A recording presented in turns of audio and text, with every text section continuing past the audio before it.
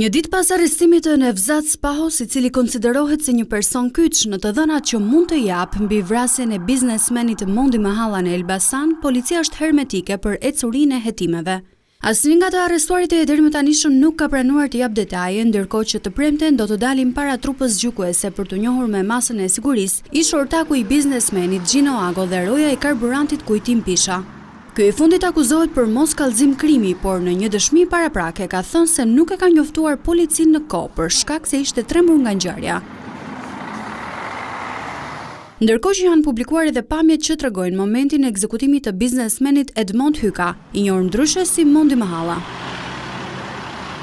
Në pamje duket autori që afrohet me makinën Audi pranë biznesmenit, del nga mjeti dhe qëllon disa herë në drejtim të Mondi Mahallës, i cili në atë moment po ashtu ndodhej brenda automjetit të tij Range Rover. Pasi e lë të vdekur në vend me 2 plumba në kokë, autori largohet me shpejtësi me makinë.